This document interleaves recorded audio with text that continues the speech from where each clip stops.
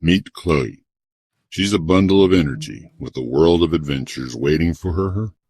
Ooh, what's that? Oh, look at this. Wait, where was I going? Chloe's room is as colorful as her imagination, but it's a bit messy. And I need to clean up, but eek, eek.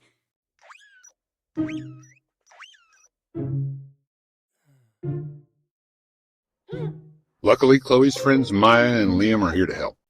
Hey Chloe, let's make cleaning a game. Yeah, we can race to see who picks up the most toys.